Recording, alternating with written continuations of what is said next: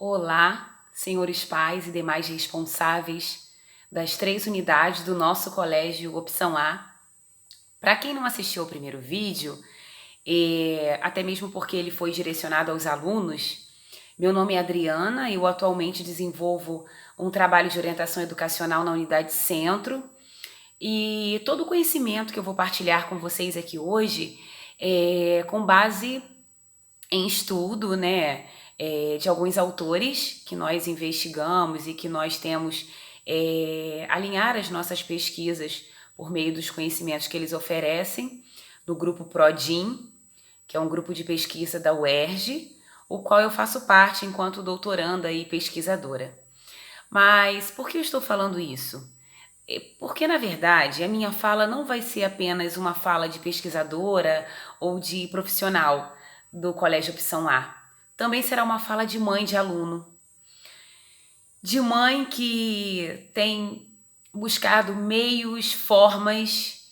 Ah, mas você estuda psicologia, você tá por dentro dos assuntos, do que deve ser feito. Sim, gente, mas não é simples para ninguém. E nem mesmo eu, que tenho tentado cada vez mais me embasar pelos conhecimentos que são necessários para a minha convivência familiar, para a minha convivência laboral, não tem sido fácil. Bom, isso é só para vocês terem ideia de que as angústias e esses momentos de tensão, eles têm sido generalizados. Eles têm, infelizmente, marcado presença em muitas famílias, inclusive na minha. Bom, para começar, eu gostaria de perguntar para vocês se vocês já ouviram falar numa expressão chamada parental burnout. Burnout é uma palavra de origem inglesa que significa desgaste, exaustão, esgotamento. É isso.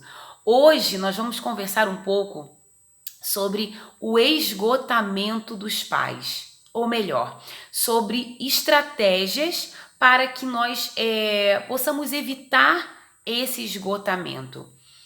Porque a verdade, conforme eu disse no início da minha fala, não está sendo fácil para ninguém. Mas, a fim de reduzir, a fim de minimizar o risco do meu esgotamento, do esgotamento dos pais que estão me ouvindo nesse momento e também das consequências negativas que isso pode desencadear em nossas crianças, em nossos adolescentes, que daí podem cada vez mais somatizarem, né? Angústias, somatizarem medos, que é o que nós não desejamos. Pelo contrário, as estratégias de hoje são para que nós possamos, eu diria que, atravessar esse período com mais serenidade. É isso, atravessar o período com mais serenidade. Para começar, a minha dica é: confie em si mesmo. Ah, você está falando de quê? De autoconfiança? Eu estou falando de autoconfiança.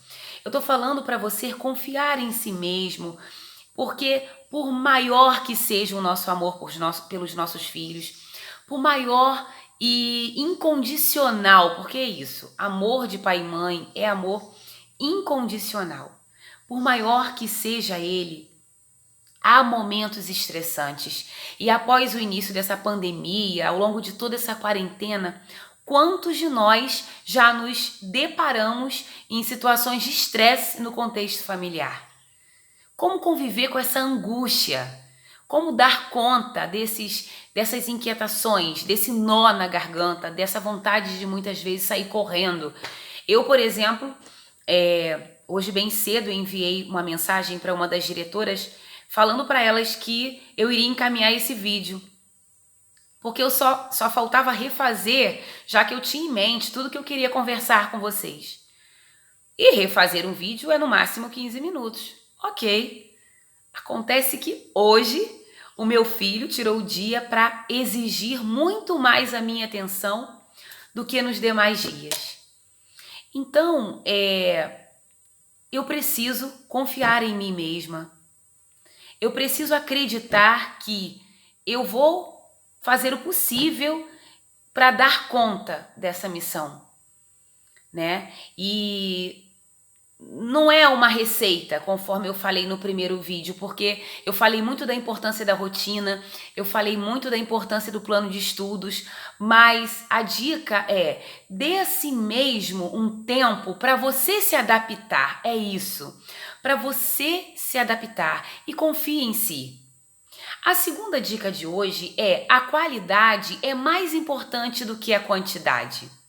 Mas como assim, Adriana? O que você está querendo dizer com isso? Ó, só porque meu filho, só porque os filhos de vocês estão em casa, isso não significa que vocês terão que brincar com eles o tempo inteiro.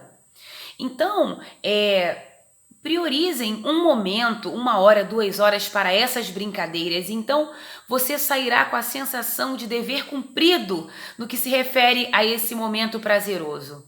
E não ficar cedendo tudo, sabe? E isso exige de você o quê? Muito sacrifício.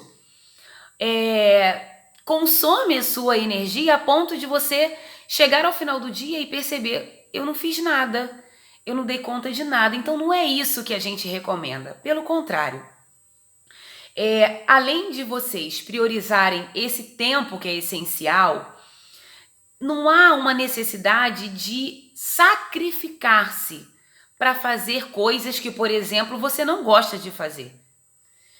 A terceira dica é: não tenham medo de envolver os filhos de vocês nas tarefas de casa, na realização das tarefas domésticas, eu diria. Ah, Adriana, mas meu filho é muito pequeno, não dá. Eu também tenho um filho de 3 anos. Não é simples. Mas que tal com os maiores já um pouco, vocês sentarem com eles, colocarem numa lista todas as tarefas que precisam ser desenvolvidas em casa, em família. Tem que preparar o almoço, tem que ajudar a cuidar dos animais de estimação.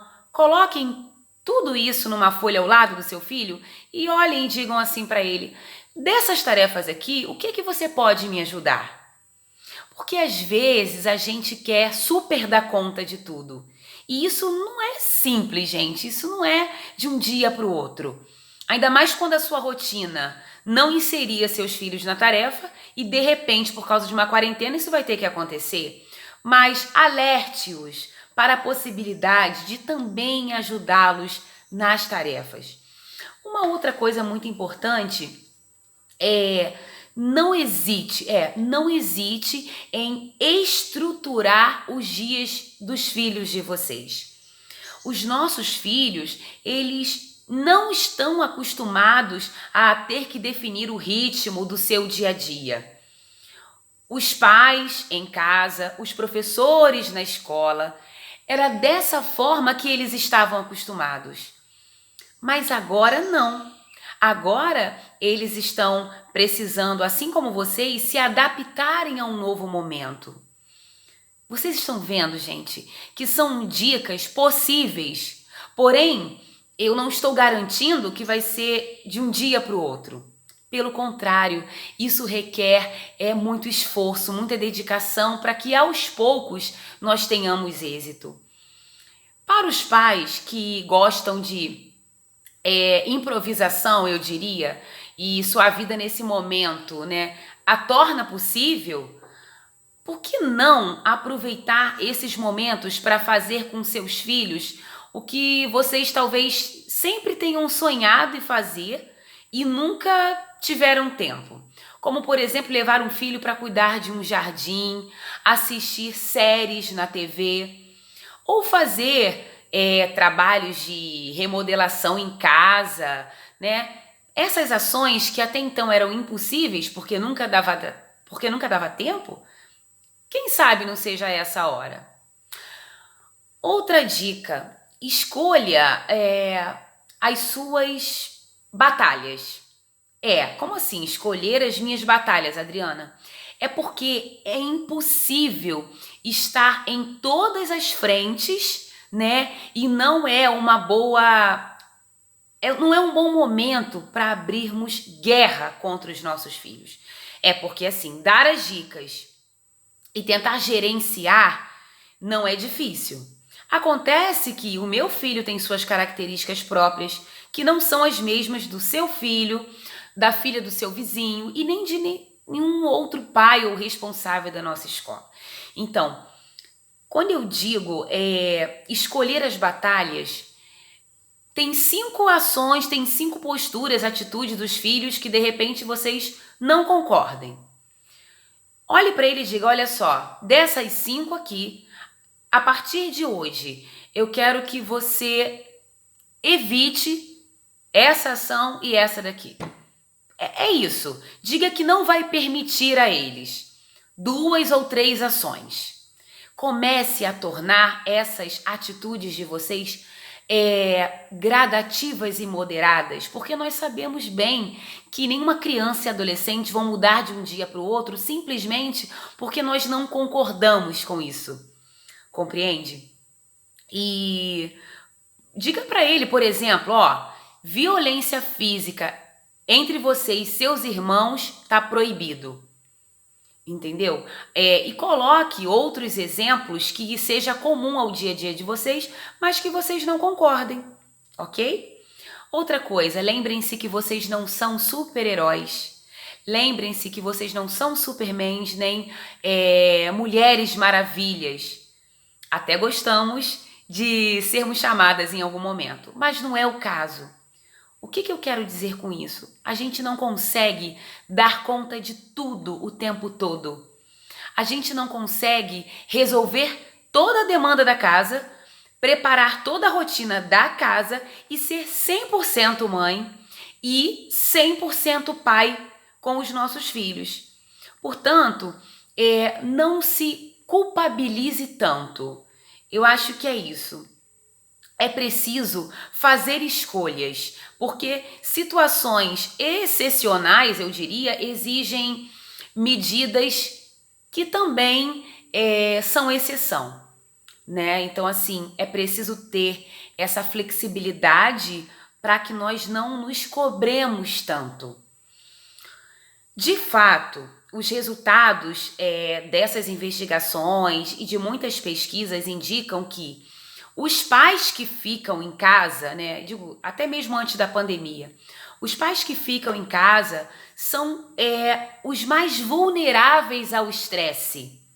E como consequência desse estresse, ao parental burnout, ou seja, ao esgotamento, né? Então, assim, procurem entre vocês, pai e mãe, entre o casal, procurem serem flexíveis, procurem a reciprocidade para que um busque compreender mais o outro.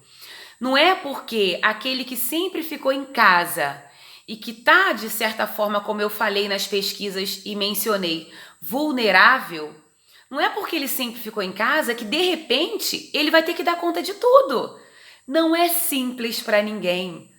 Não é porque só você trabalhava fora e a sua vida mudou que você vai achar que aquele que já estava no contexto familiar continua da mesma maneira. Não, porque agora não é só a criança ou só o adolescente, é você e muitas outras demandas que chegaram juntos.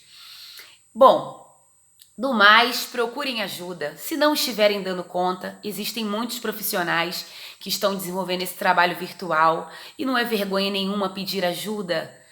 Não há problema nenhum em buscar soluções para que nós possamos olhar de frente para as nossas angústias, para os nossos medos, para os nossos anseios.